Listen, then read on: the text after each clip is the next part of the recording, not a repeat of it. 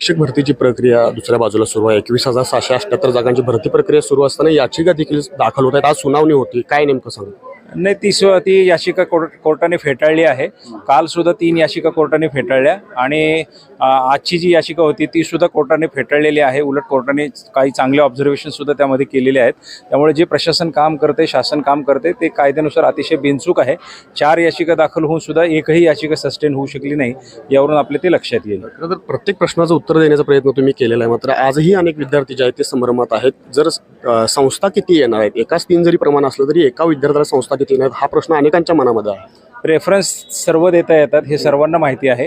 माझी सर्व विद्यार्थ्यांना, अभियोग्यताधारकांना विनंती ही आहे की त्यांनी इकडे तिकडे विचारत बसण्यापेक्षा आम्ही पवित्र पोर्टल सुरू ज्या दिवशी झालं तेव्हा 4 पानाचं एक अतिशय विस्तृत सूचनापत्र दिलं आहे आणि ज्या प्रकारचे प्रश्न मला विचारले जातात व्यक्तिगत व्हॉट्सॲप करून किंवा आमच्या अधिकाऱ्यांना, त्यावरून हे स्पष्ट होतं की त्यांनी ते परिपत्रक वाचलेलं नाही.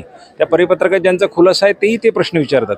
तेव्हा पहिली तर सूचना ही आहे की पवित्र पोर्टलवरच्या सूचना नीट वाचा, आपल्या मित्रमंडळींना आधी चौकशी करा की काय त्यांनी केलेलं आहे आणि अगदी कठीण टाईपचे जर प्रश्न असतील, क्लिष्ट असतील तेवढेच प्रशासनाकडे द्या. आम्ही जो ईमेल ॲड्रेस तयार केला आहे त्यावरती हजारो ईमेल रोज यायला लागल्या. कुणीतरी एक ईमेल बनवतं आणि सर्वांना सांगतं की सगळे पाठवून द्या. मला माझ्या मेसेजकडे सुद्धा असं एकच मेसेज 500 नंबरवरून येतो. असं करून महत्त्वाची मेसेजला उत्तर न देण्याची सिच्युएशन आपणच निर्माण करतोय. तर ते कुठेतरी थांबलं पाहिजे. आता आपण निश्चितपणे पुढे जाणार आहोत आणि भरती वेळेत पूर्ण करू. एकाच 3 हे संस्थांचं प्रमाण आहे. संस्था एका जागेसाठी 3 कॅन्डिडेटला बोलवणार आहेत, पण मुलांना किती संस्था येणार आहेत? जेवढे काही संस्था त्या मुलांना त्यांच्या विषयानुसार त्यांच्या एकंदरीत एंटायटल प्रमाणे उपलब्ध आहेत त्या सगळ्या संस्थांना त्यांना प्रेफरन्स देता येतो. कारण इथं विषय, मार्क, संस्थांची रिक्वायरमेंट, आरक्षण ह्या सगळ्यांचं कॉम्बिनेशन होऊन ते ठरतं. त्यामुळे किती संस्था हा असा स्पष्ट नाही करता येणार. त्यांना जे प्रेफरन्स जनरेट झाले त्यापैकी ते निवडू शकतात. जर एखादा विद्यार्थी विथ इंटरव्ह्यूमध्ये जर त्यानं तिथं गेला नाही, शाळेमध्ये पोहोचला नाही, तर तो भरती प्रक्रियेत राहणार की बाहेर होणार? नाही, जर एखादा विद्यार्थी तिथे गेलाच नाही तर तो भरती प्रक्रियेत राहू शकत नाही, कारण त्यांनी ते रिफ्यूज केलेलं आहे स्वतःचं तिथं जाणं.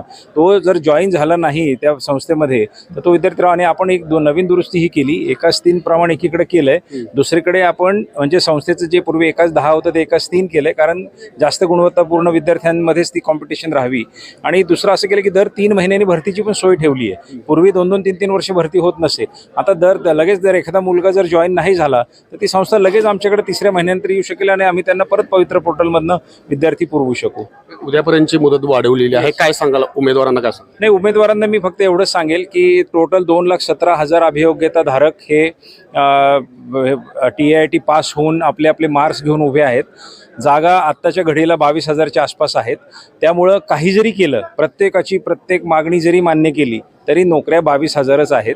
त्यामुळं 2,17,000 लोकांना तर काही नोकऱ्या मिळणार नाहीत.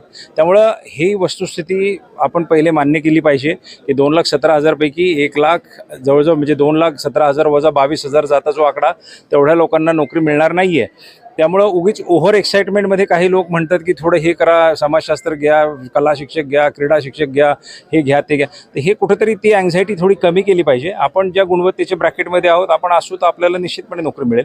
दुसरी गोष्ट की जो एक नियमांचा सेट आता तयार केला आहे, आपण एक नियम केलेले आहेत, त्या नियमाप्रमाणेच ही भरती होईल. प्रत्येकजण सजेशन जे देतोय ते नियम बदलण्याचं सजेशन देतोय.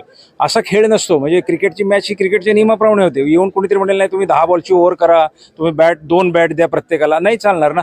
तर आता त्याच्यातून आपण थोडं बाहेर या. सर्व अभियोग्यताधारकांना माझं सांगणं आहे की नियम किती वेळा आणि कशा प्रकारे चॅलेंज करावे ह्याचंही काहीतरी तारतम्य असलं पाहिजे.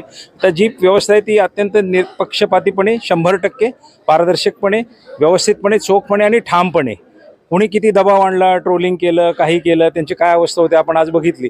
त्यामुळे आपण त्याच्या नादी लागू नये. त्यांनी काही फरक पडत नाही. ट्रोल मोठे माणसंच होत असतात, हे सर्वांना माहिती आहे. त्यामुळे त्यांनी काही त्या भानगडीत कोणी पडू नये. आपलं जे नियम आहे ते बघावे, आपले व्यवस्थित काम करावं, चखवाल. आता काही लोकांनी म्हणले आम्ही इंटरनेट कॅफेत गेलो आणि त्या कॅफेवाल्यांनी चूक केली. आपला अर्ज कॅफेवाल्यांनी का बरं भरला? आपण संभाव्य शिक्षक आहोत, आपला अर्ज आपल्याला भरता येत नाही. आपण किती वेळा दुसऱ्यांच्या नावावरती बोटं दाखवणार? तर ह्या गोष्टी टाळल्या पाहिजे. अतिशय फ्री अँड फेअर प्रक्रिया होईल आणि आमचा प्रयत्न राहील की आचारसंहितेच्या आधी ही पूर्ण केली. शेवटचा प्रश्न आहे की साधन व्यक्तीच्या ज्या जागा फ्रीज केलेल्या आहे त्यामध्ये जो समिती गठीत करण्यात आलेली होती त्या समितीचा अहवाल आला नाही. समिती ती आता गठीत केली आहे आम्ही, जस्ट आम्ही करतो आहोत. म्हणजे ती प्रक्रिया चालू आहे.